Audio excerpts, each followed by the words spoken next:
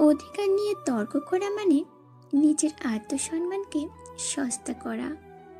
যেখানে তোমার অনুভূতির কোনো মূল্য নেই, সেখানে নিজেকে ব্যাখ্যা করা মানে শূন্যে কথা বলা, যার কোনো উত্তর নেই, কোনো বোঝাপড়া নেই।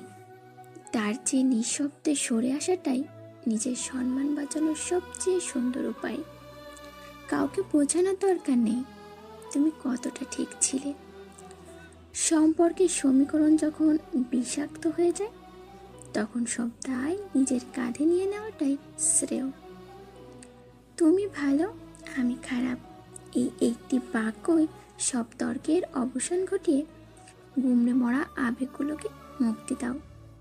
মিথ্যে প্রমাণের লড়াইয়ে জেতার চেয়ে হেরে গিয়ে নিজের শান্তি খুঁজে নেওয়া অনেক বেশি সম্মানের।